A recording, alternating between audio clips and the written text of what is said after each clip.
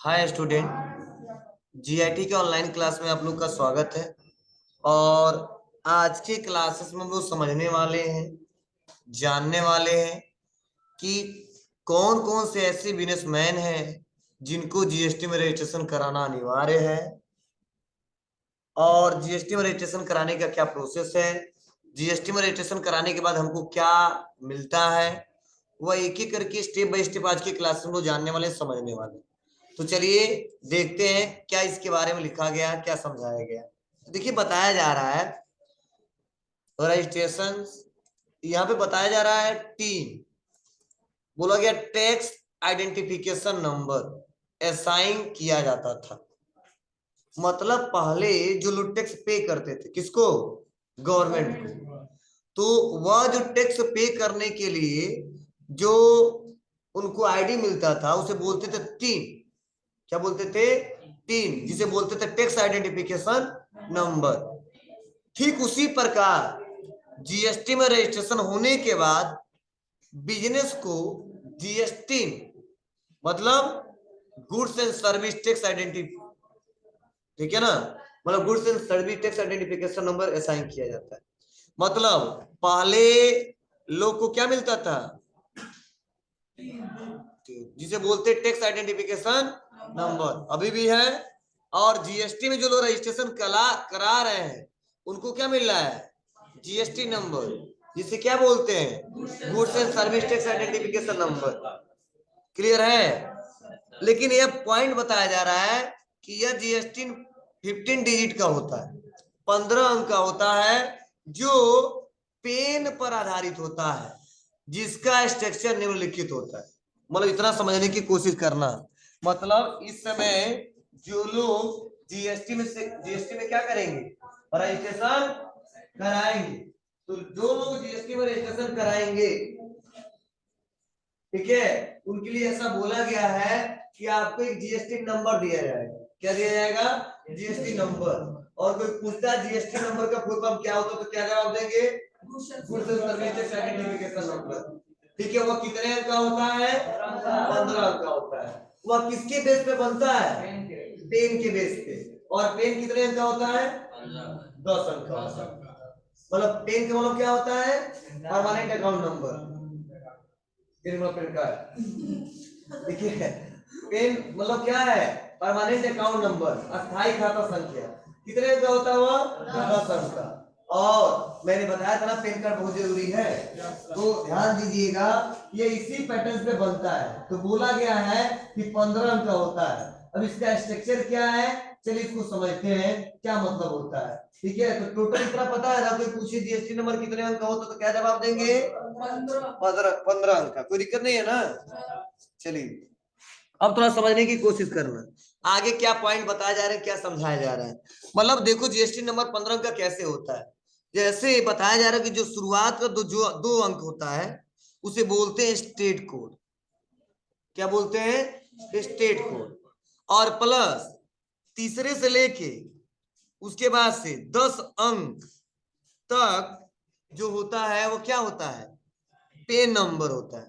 क्या नंबर होता है? PAN number.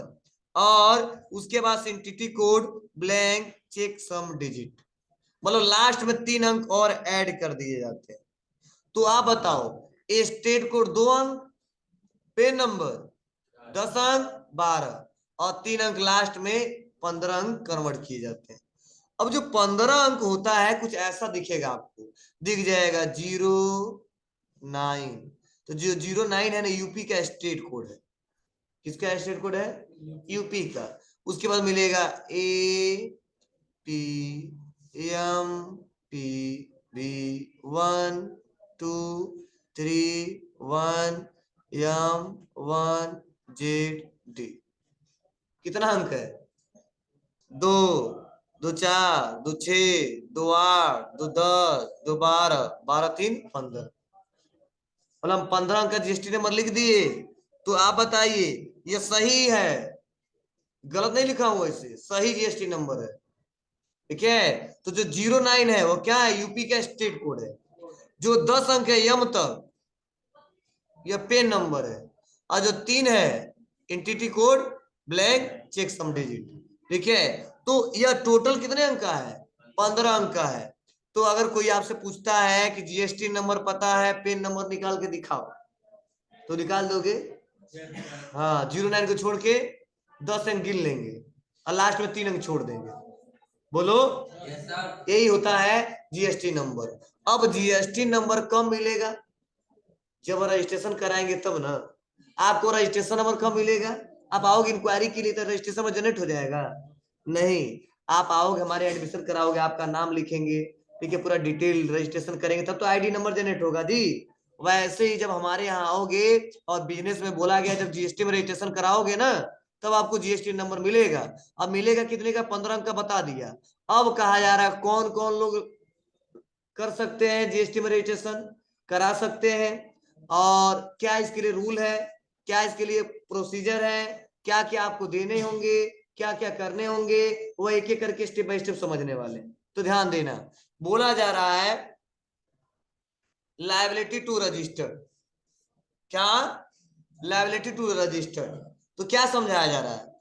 ऐसी बिजनेस जो निर्धारित, समझना, ऐसी बिजनेस जो निर्धारित एनुअल एग्रीगेसिव टर्नओवर की लिमिट को पार कर लेते हैं, उन्हें अपना रजिस्ट्रेशन जीएसटी में कराना होता है। और एनुअल एग्रीगेट टर्नओवर के अंतर्गत सभी टैक्सेबल, एग्जेम्प्टेड, एक्सपोर्ट सप्लाई को क्या किया गया है? शामिल किया गया है। और एनुअल एग्रीगेट टर्नओवर की लिमिट निम्नलिखित है। तो पहले तो ये समझो कि टर्नओवर का मतलब क्या होता है और एनुअल टर्नओवर का मतलब क्या होता है, ठीक है। तब उसके बाद हम आगे पढ़ाएंगे कि टैक्सेबल क्या होता है, एग्जेम्प्टेड क्या होता है, और एक्सपोर्ट सप्लाई क्या होता है। तो इसको समझने के लिए थोड़ा हम यहाँ पे जगह लेते हैं। देखो, जब एक व्यापारी,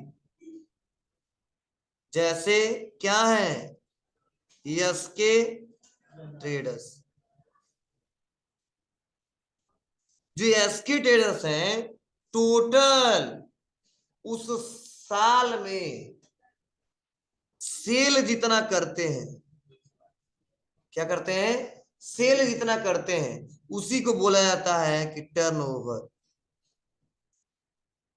क्या बोला जाता है जी? टर्नओवर। एनुअल टर्नओवर मतलब, एनुअल टर्नओवर मतलब 1 अप्रैल से लेके 31 मार्च तक। मतलब अगर कोई पूछता है टर्नओवर किसे कहते हैं, तो जितने रुपए का हम लोग सेल करते हैं साल भर में, वही हमारा एनुअल टर्नओवर कहलाता है। चाहे गुड्स बेचे, चाहे सर्विस बेचे। कुछ समझे? चाहे गुड्स बेचे, चाहे सर्विस बेचे। तो इसका रूल क्या है? तो पहले इतना तो क्लियर हुआ ना टर्नओवर किसे कहते हैं। अब बोला गया है कि चाहे वह टैक्सेबल हो, चाहे वह एग्जेम्प्ट हो, और चाहे वह एक्सपोर्ट वाला हो। अब पहले समझे टैक्सेबल का मतलब क्या होता है, उसके बाद समझना एग्जेम्प्ट का मतलब क्या होता है, और उसके बाद समझेंगे एक्सपोर्ट सप्लाई का मतलब क्या होता है। देखो, जब एएसके ट्रेडर्स किसी गुड्स को या किसी सर्विस को बेच रहे हैं, और बेचते समय इसके जो प्रोडक्ट, जो सर्विस बेच रहे हैं, इस पे जीएसटी ले रहे हैं। क्या ले रहे हैं? जीएसटी ले रहे हैं। और जीएसटी के अंदर इस गुड्स और सर्विस पे टैक्स लागू होता है, तो उसे बोलते हैं टैक्सेबल गुड्स और सर्विसेज। मतलब ऐसा सप्लाई कर रहे हैं, चाहे गुड्स हो चाहे सर्विस हो, उस पे टैक्स हम ले रहे हैं, और जीएसटी के अंडर में लिखा गया, लॉ में ऐसा है कि इस सर्विस पे इतना %, इस गुड्स पे इतना %, तो उसे बोलते हैं, उसे टैक्सेबल गुड्स और सर्विस। मतलब टैक्सेबल गुड्स है, टैक्सेबल सर्विसेज है, और उस पर टैक्स अमाउंट लिया जाएगा और टैक्स अमाउंट दिया भी जाएगा। क्लियर है जी? अगला है एग्जेम्प्ट। मतलब ऐसा प्रोडक्ट, ऐसा सर्विस जिसको खरीदते समय, बेचते समय कोई टैक्स अमाउंट जीएसटी के अंडर में है ही नहीं है, उसे बोलते एग्जेम्प्ट। जैसे फॉर एग्जाम्पल आप बुक खरीदने जाते हो, तो बुक खरीदते हो टैक्स देते हो क्या? नहीं है। मतलब कुछ ऐसे जीएसटी में प्रोडक्ट है, सर्विस है, आप हमारे यहाँ पढ़ने आते हो टैक्स देते हो क्या? नहीं। मतलब फी देते हो केवल इसका ना।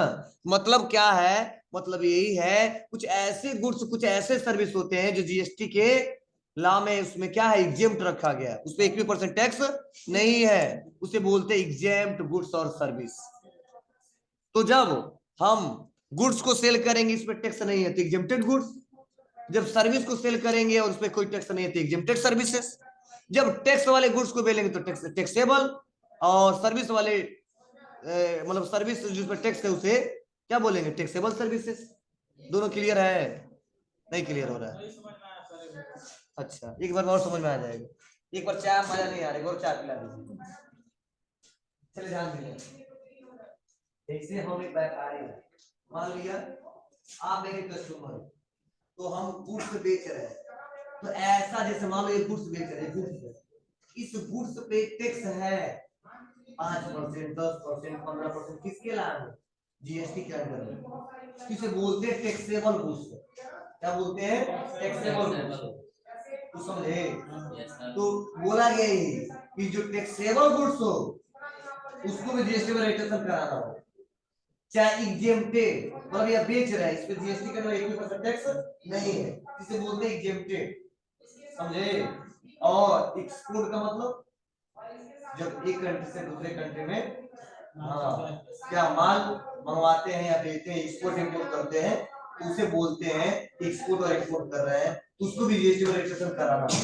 मतलब हम क्या समझा रहे हैं, बोला जा रहा है उसका टर्नओवर, उसका लिमिट दिया है, ठीक है, लिमिट को पार कर लेता है तो उसको जीएसटी में रजिस्ट्रेशन कराना होगा। क्या लिमिट अभी समझ रहे हैं? प्लस इसमें तीनों व्यापारी को समझ बोला गया है, चाहे टैक्सेबल गुड सप्लाई करे, सर्विस सप्लाई करे, उसको भी कराना है, चाहे एग्जेम्प्टेड करे उसको भी कराना है, चाहे एक्सपोर्ट इंपोर्ट वाला हो उसको भी कराना है। लेकिन किसको कराना है, क्या रूल है, उसके लिए लिमिट रखे गए पैसे का। और क्या पैसे का रूल है जिसको सीखी? अरे यार अगर आपसे कोई पूछ दे एग्जेम्प्टेड गुड्स का मतलब क्या है, तो बताना उसमें 80% जीएसटी नहीं है। टैक्सेबल का मतलब क्या है, उस पर टैक्स अमाउंट जीएसटी लिया जा रहा है। क्लियर है? आगे बार बार आएगा, ज्यादा सोचना मत। चलिए इसको देखें, समझाएं। तो देखिए यहाँ पे लिमिट क्या रखा गया था, फिर से देखो समझाया जा रहा है कि स्पेशल कैटेगरी स्टेट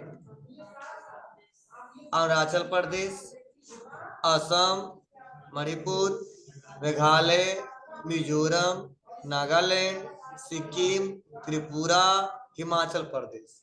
तो ये इतने स्टेट हैं, 1 2 3 4 5 6 7 8 9, 9 ऐसे स्टेट हैं जिसको स्पेशल कैटेगरी का दर्जा दिया गया। कौन सा दर्जा दिया गया? स्पेशल कैटेगरी का। अब उसका लिमिट रखा गया टर्नओवर 20 लाख। मतलब अगर एक ऐसा व्यापारी है जिसका व्यापार इस स्टेट में है, किस स्टेट में?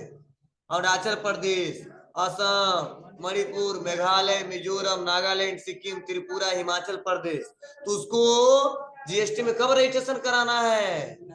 20 लाख हो टर्नओवर। क्लियर है?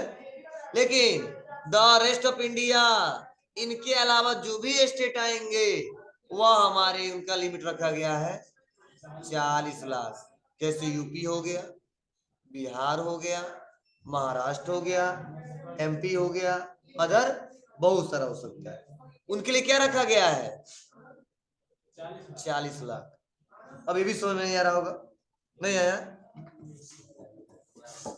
अरे यार हम एक व्यापारी हैं और हमारा व्यापार यूपी में चलता है, तो इसके लिए बोला गया, गवर्नमेंट ने रूल बनाया है कि अगर आपका सालाना टर्नओवर 40 लाख होगा ना तो जीएसटी में रजिस्ट्रेशन कराओगे। उससे कम होगा तो भी करा सकते हो, लेकिन उतना है तो अनिवार्य रूप से कराना होगा। तो समझे? क्या समझे? मतलब 40 लाख का टर्नओवर साल भर में हम बेचे हैं तो कराना होगा, यूपी के है तो। अगर असम के हो तो 20 लाख पे, अगर उससे कम हो तो तो भी करा सकते हैं, चाहोगे तो 1 रुपया वाला भी करा सकता है, लेकिन जिसका 40-20 है उसको अनिवार्य रूप से कराना होगा। किसमें? जीएसटी और रजिस्ट्रेशन। नहीं कराएगा तो उसका फर्म बंद हो जाएगा, उसका दुकान बंद हो जाएगा, चलेगा नहीं। यही बताया जा रहा है। उससे कम होगा तो नहीं कराओगे, गवर्नमेंट कहेगा ना आओ आओ कराओ, कोई दिक्कत नहीं, समझे? तो यही बताया जा रहा है। तो क्लियर है? अब कहो सर क्यों स्पेशल कैटेगरी में 20 लाख रखा गया है और क्यों उसको स्पेशल कैटेगरी माना जाता है स्टेट, और इसके बाद से 40,000 रखा गया है? बताओ, कोई बता दे, बताएगा कोई? बता दे,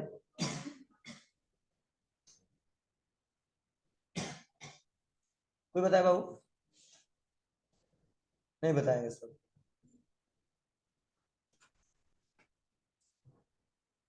बोलो।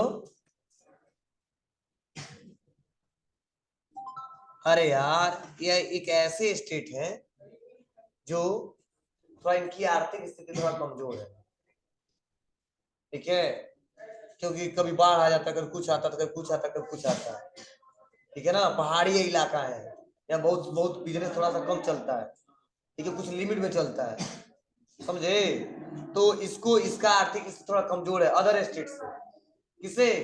अदर स्टेट से। तो आप बताओ, जब कम है तो ज्यादा लिमिट रखेगा गवर्नमेंट, तो कोई रजिस्ट्रेशन कराएगा? इसीलिए इसके लिए कम कर दिया है कि कम वाले भी आए मेरे पास और ज्यादा वाले भी मेरे पास आए।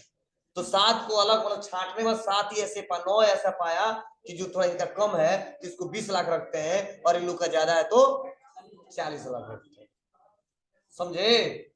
बोलो, जैसे इतने लड़के बैठे हो, ठीक है, तो किसी का मान लो आर्थिक स्थिति बहुत अच्छा है, किसी का कमजोर है, तो अगर मान लो अपनी परेशानी अगर बता देते हो कभी, तो कभी ऐसा हम कर सकते हैं कि किसी का इंस्टॉलमेंट हम 1500 का बना सकते हैं, किसी का 1200 का बना सकते हैं। अगर रियल में दिक्कत है तो चेक करने के बाद में बनाऊंगा। बोलो, हो सकता नहीं हो सकता है? मतलब फीस थोड़ा सा टाइम हुई है, ठीक है, थोड़ा फीस आप मान लो 6 महीने में जमा करो, 7 महीने में जमा करें, और उसको सुविधा थोड़ा दे देंगे, समझे ना? यही बोला गया है कि गवर्नमेंट कहता सभी लोग हमसे जुड़े, इसके लिए लिमिट रखे गए, ठीक है, कि यह हमारा, यह स्टेट हो तो 20 लाख और यह स्टेट तो 40 लाख। लेकिन गवर्नमेंट और रूल बनाए हैं कि अगर 20 ना हो, 40 ना हो, तो कुछ ऐसे पर्सन आते हैं उनको अनिवार्य रूप से रजिस्ट्रेशन कराना होगा, भले उसका लिमिट 40 लाख ना हो और 20 लाख ना हो। किसको किसको कराना होगा, इसके लिए रूल बनाए गए। पढ़ो, एक एक करके समझो। क्या? तो पहला पढ़िए, देखो फिर से बताया जा रहा है कि मैंडेटरी रजिस्ट्रेशन, उस बिजनेस को अनिवार्य रूप से रजिस्ट्रेशन कराना होगा जो निम्नलिखित कैटेगरी के अंतर्गत आते हैं। देखो, उस बिजनेस को अनिवार्य रूप से रजिस्ट्रेशन कराना होगा जो निम्नलिखित कैटेगरी के अंतर्गत आते हैं। पहला क्या बताया जा रहा है कि अगर कोई person business inter state taxable supply करता है, मतलब कोई बिजनेस हो गया, कोई पर्सन हो गया, अगर इंटर स्टेट टैक्सेबल गुड्स या सर्विस क्या करता है, सप्लाई करता है। टैक्सेबल गुड्स और सर्विस नहीं पूछोगे, सप्लाई करता है, तो उसे अनिवार्य रूप से रजिस्ट्रेशन कराना होगा, भले ही उसकी एनुअल एग्रीगेट टर्नओवर की लिमिट कम क्यों ना हो। क्या मतलब है कि देखो, एक पर्सन है, इसका क्या है व्यापार यूपी में, अदर कोई पर्सन है, इसका व्यापार कहाँ है, बिहार में। इन दोनों के बीच ट्रांजैक्शन होता तो क्या बोलते हैं, इंटर स्टेट। पिछले क्लास में पढ़ाया था, लेकिन तुम लोग सोच में पड़ जाते हो, पढ़ाया था।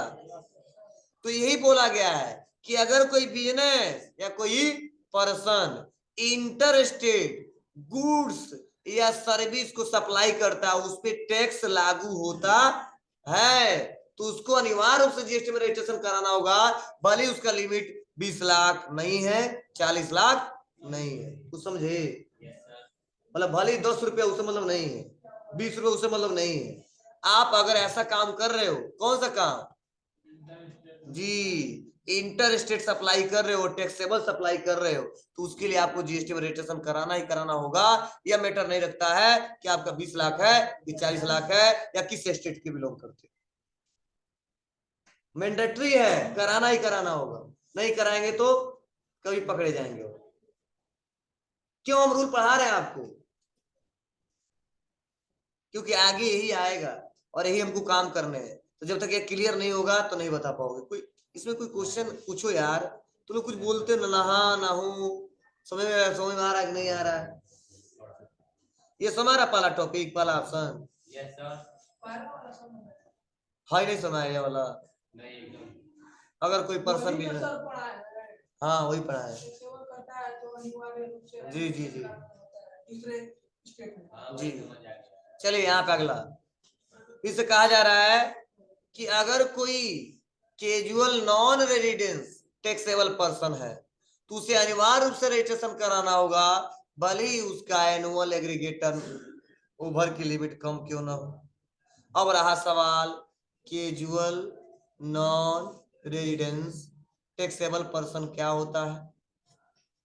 कोई बताएगा?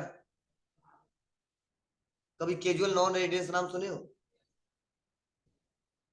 बोलो जल्दी से। पहली बार? बताओ कैजुअल, बताओ, बता दो जितना आता है।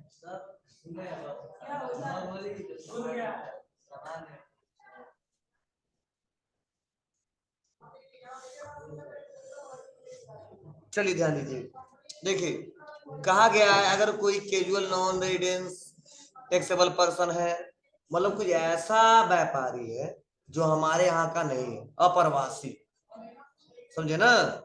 अगर वह टैक्सेबल पर्सन है और भारत में व्यापार कर रहा है तो उसे अनिवार्य रूप से रजिस्ट्रेशन कराना होगा, भले उसका टर्नओवर लिमिट कम क्यों ना हो। समझे? चलिए आगे बढ़ते हैं। अगला है, ये पढ़ लो तो आगे काम देगा। जो बिजनेस रिवर्स चार्ज मैकेनिज्म, क्या मतलब है? आरसीएम के अंतर्गत टैक्स पे करने के लिए लायबल हो, उसे अनिवार्य रूप से रजिस्ट्रेशन कराना होता है, भले उसका एनुअल एग्रीगेट टर्नओवर की लिमिट कम क्यों ना हो। ये क्या मतलब है? रिवर्स चार्ज मैकेनिज्म ये सेम जीएसटी का उल्टा होता है। मतलब एक रजिस्टर्ड पर्सन किसी अनरजिस्टर्ड पर्सन से कोई गुड्स खरीदता है, समझे? मान लो मेरा जीएसटी में रजिस्ट्रेशन है और आपका जीएसटी में रजिस्ट्रेशन नहीं है, तो अगर मैं आपसे एक ही बिल में, आप अनरजिस्टर्ड ठीक है और मैं रजिस्टर्ड, एक ही बिल में 5000 से ज्यादा का माल खरीद लेते तो आरसीएम के अंतर्गत चला जाता है, मतलब रिवर्स चार्ज मैकेनिज्म के अंतर्गत चला जाता है। और वो लायबिलिटी आपका ही होता है कि जिससे खरीदे वो टैक्स नहीं पे करेगा, आप ही खरीदो आप ही टैक्स पे करो, उसे बोलते हैं आरसीएम, समझे ना? आरसीएम मतलब क्या है? रिवर्स चार्ज मैकेनिज्म, रिवर्स होता है, फिर से आप पे ऊपर आता है लायबिलिटी, आप ही को पे करना, समझे ना? ऐसा कंडीशन कब आता है? हम रजिस्टर्ड पर्सन है, आप अनरजिस्टर्ड पर्सन हो, तो आपका जीएसटी में रजिस्ट्रेशन है नहीं, गवर्नमेंट को पे करोगे, तो गवर्नमेंट कहता बाबू वो रिवर्स हो जाएगा आपके नाम से, ठीक है, और आप हमको पे कर देना, क्योंकि मैं आपको जानता हूँ, जो अनरजिस्टर्ड पर्सन उसको नहीं जानता, उसको भी जीएसटी में रजिस्ट्रेशन कराना होगा। ऐसा होता है तो उसके साथ, और ऐसा होता है कई सारे ऐसे व्यापारी होते हैं जो जीएसटी में रजिस्ट्रेशन नहीं कराएंगे और माल उनके पास हुआ है जो मेरे पास नहीं है और मेरा जीएसटी में रजिस्ट्रेशन है, तो जाकर उसे खरीद सकते हैं। तो गवर्नमेंट कहता है ऐसा तो नहीं कहेगा ना खरीदो, जो सामान मिल जाए खरीद लेंगे, गवर्नमेंट का टैक्स का होगा, कौन देगा? गवर्नमेंट का, तुम देना, ठीक है, तुम जीएसटी में रजिस्ट्रेशन करा रहे हो, इसे बोलते हैं आरसीएम, ठीक है बाबू। चलिए आगे बढ़ते हैं, और अगला क्या है? चलो फास्ट पढ़ते जाए हम लोग।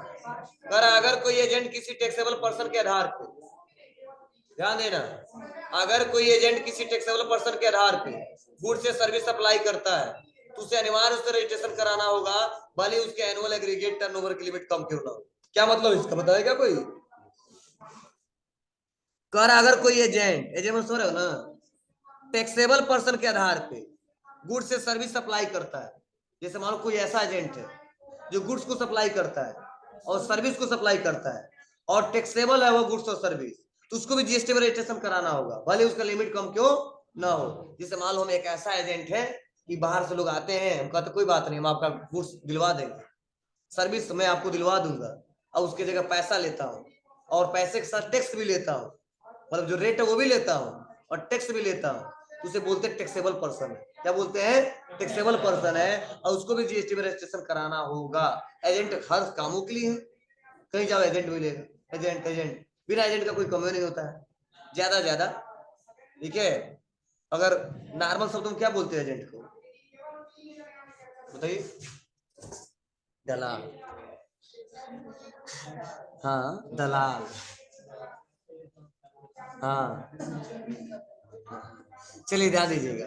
तो अगला है एक, फिर से बताया जा रहा लास्ट, जो इनपुट सर्विस डिस्ट्रीब्यूटर का बिजनेस करते हैं उसे अनिवार्य रूप से रजिस्ट्रेशन कराना होगा, भले उसका एनुअल एग्रीगेट टर्नओवर की लिमिट कम क्यों ना हो। मतलब क्या है? ऐसा व्यापारी जो क्या करता है, माल मंगवाता है, क्या समझे, माल मंगवाता है और उस सर्विस को देता है, मतलब इनपुट डिस्ट्रीब्यूटर का काम करता है, उसका एक ऑफिस है, ठीक है, और वहां से उसके बहुत सारे ब्रांचेस चलते हैं और वहीं से क्या करता है, व्यापार को चलाता अपना, तो उसको भी क्या करना होगा, जीएसटी में रजिस्ट्रेशन कराना होगा, ठीक है, भले ही लिमिट उसका कम क्यों ना हो। और अगला है क्या, जो बिजनेस ई कॉमर्स प्लेटफॉर्म, कोई बताएगा ई कॉमर्स प्लेटफॉर्म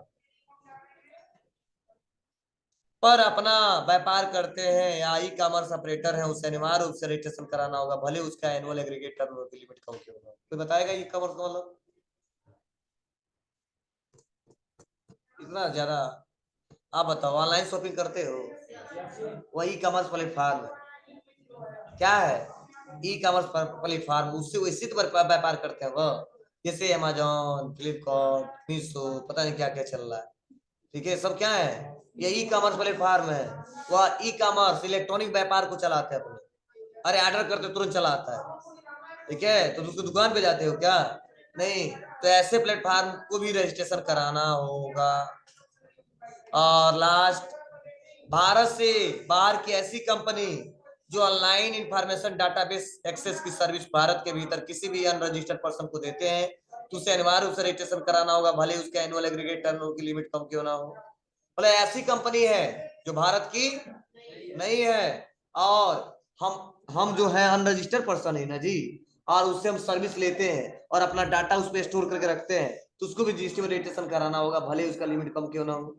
जैसे आप बताइए, क्या आप लोग डाटा नहीं रखते हो ऑनलाइन, जैसे गूगल पर रखते हो, बोलो, वन ड्राइव पे रखते हो, गूगल ड्राइव पे रखते हो, अलग अलग प्लेटफॉर्म इसमें आ गए हैं, उस पर डाटा आप लोग स्टोर कर रखते हो ना। क्या भारत की कंपनी है सारी सारी, क्या नहीं विदेशी कंपनियां है? क्या हम लोग जीएसटी में रजिस्ट्रेशन कराए हैं क्या? नहीं कराए। तो ऐसी बाहर की कंपनियां आती हैं जो अनरजिस्टर्ड पर्सन को सर्विस देती है, उसको भी जीएसटी में रजिस्ट्रेशन कराना होगा, भले उसका टर्नओवर लिमिट कम क्यों ना हो। समझे? तो ये कहानी था आज तक का। लास्ट, टीडीएस डिडक्ट होता है, ऐसे बिजनेस जो टीडीएस डिडक्ट करते हैं उसे अनिवार्य रूप से रजिस्ट्रेशन कराना होता है, भले उसका एनुअल एग्रीगेट टर्नओवर की लिमिट कम क्यों ना हो। ठीक है, टीडीएस क्या होता है आगे का टॉपिक है वो बताएंगे, बस टीडीएस से रिलेटेड है तो उसको भी जीएसटी में रजिस्ट्रेशन कराना होगा। ये क्लियर है यहाँ तक? बोलो, या आप लोग रट लेना, पढ़ लेना, समझ लेना, तभी आगे आप लोग समझ में आएगा, नहीं तो समझ में नहीं आएगा।